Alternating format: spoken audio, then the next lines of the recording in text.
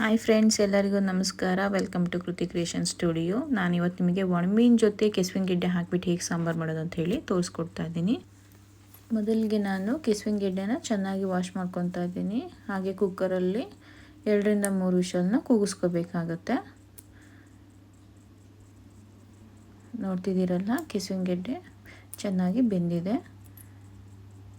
ಈ ರೀತಿಯಾಗಿ ಸ್ಪೂನಲ್ಲಿ ಚುಚ್ಚಿಬಿಟ್ಟು ಕೂಡ ನೀವು ನೋಡ್ಕೋಬೋದು ಬೆಂದಿದೆಯೋ ಇಲ್ಲೋ ಅಂತ ಹೇಳಿಬಿಟ್ಟು. ಆನಂತರ ಈ ಥರ ಸಿಪ್ಪೆನ ನೀವು ಬೇರ್ಪಡಿಸ್ಕೋಬೇಕಾಗುತ್ತೆ. ಚೆನ್ನಾಗಿ ಬೆಂದಿದ್ರೆ ಸಿಪ್ಪೆ ನೀಟಾಗಿ ಬಿಟ್ಕೊಳ್ಳುತ್ತೆ. ಒಣಮೀನು ಜೊತೆ ಕೆಸುವಿನ ಗೆಡ್ಡೆ, ಬಸಳೆ ಸೊಪ್ಪು, ಬದನೆಕಾಯಿ ಈ ರೀತಿಯಾಗಿ ನಾವು ಮಿಕ್ಸ್ ಮಾಡಿಕೊಂಡು ಕೂಡ ಸಾಂಬಾರು ಮಾಡ್ಕೋಬೋದು. ಒಣಮೀನನ್ನ ಬಿಸಿ ನೀರು ಕಾಯಿಸ್ಬಿಟ್ಟು ನೆನೆಸ್ಕೋಬೇಕು. ಅದರಿಂದಾಗಿ ಒಣಮೀನಲ್ಲಿರೋ ಉಪ್ಪು ಕೂಡ ಕಡಿಮೆ ಆಗುತ್ತೆ ಮತ್ತು ನಮಗೆ ತೊಳಿಲಿಕ್ಕೂ ಕೂಡ ತುಂಬ ಈಸಿಯಾಗಿರುತ್ತೆ.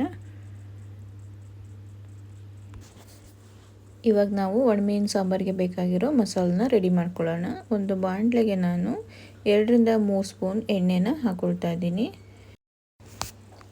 ಎಣ್ಣೆ ಕಾದ ನಂತರ ನಾನು ಇದಕ್ಕೆ 1 ಟೊಮೊಟೊ, 1 ಈರುಳ್ಳಿ, ಸ್ವಲ್ಪ ಶುಂಠಿ, 1-2 ಎಸಳಾಗಷ್ಟು ಬೆಳ್ಳುಳ್ಳಿನ ಸೇರಿಸ್ಕೊಳ್ತಾ ಇದ್ದೀನಿ.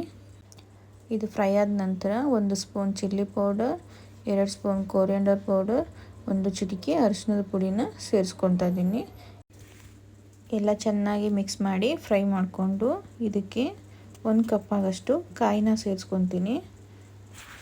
ಇದೆಲ್ಲ ಮಸಾಲನ ನಾನು ಇವಾಗ ಮಿಕ್ಸಿ ಜಾರ್ಗೆ ಹಾಕ್ಕೊಳ್ತಾ ಇದ್ದೀನಿ. ಹಾಗೆ ಇದಕ್ಕೆ ಮೇಯ್ನಾಗಿ ಬೇಕಾದ್ದು ಹುಣಸೆಹಣ್ಣು. ಹುಣಸೆಹಣ್ಣು ಕೂಡ ಸೇರಿಸ್ಕೊಂಡು ರುಬ್ಕೋಬೇಕಾಗುತ್ತೆ. ನೀವು ನೋಡ್ತಾ ಇದ್ದೀರಾ, ಸ್ವಲ್ಪ ನೀರು ಹಾಕ್ಕೊಂಡು ರುಬ್ಕೊಳ್ಳಿ.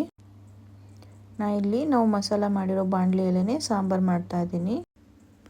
ಒಣಮೀನು ಸಾಂಬಾರು ಜೊತೆ ಅಕ್ಕಿ ರೊಟ್ಟಿ, ಕಡುಬು, ರೈಸು, ದೋಸೆ, ಇಡ್ಲಿ ಪ್ರತಿಯೊಂದು ಕೂಡ ತುಂಬ ಚೆನ್ನಾಗಿರುತ್ತೆ. ಸಾಂಬಾರು ಕುದಿಯುವಾಗ ಸ್ವಲ್ಪ ಕರಿಬೇವು, ಹಾಗೆ ತೊಳೆದಿಟ್ಟಿರೋ ಒಣಮೀನು ಮತ್ತು ಹೆಚ್ಚಿಟ್ಟಿರುವಂಥ ಕೆಸುವಿನ ಗೆಡ್ಡೆನ ಸೇರಿಸ್ಕೋಬೇಕಾಗುತ್ತೆ.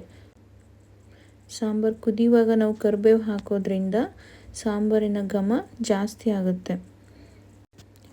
ಒಣಮೀನು ಸಾಂಬಾರಿಗೆ ನಾವು ಮೊದಲನೇ ಉಪ್ಪು ಹಾಕೋಬಾರ್ದು. ಯಾಕೆ ಅಂತಂದರೆ ಒಣಮೀನಲ್ಲಿ ಆಲ್ರೆಡಿ ಉಪ್ಪಿರೋದ್ರಿಂದ ಸ್ವಲ್ಪ ಬೆಂದಾದ ನಂತರ ನಾವು ಟೇಸ್ಟ್ ಮಾಡಿಬಿಟ್ಟು ಅದಕ್ಕೆ ಎಷ್ಟು ಉಪ್ಪು ಕಡಿಮೆ ಆಗಿದೆ ನೋಡಿಕೊಂಡು ಉಪ್ಪು ಹಾಕೋಬೇಕಾಗುತ್ತೆ.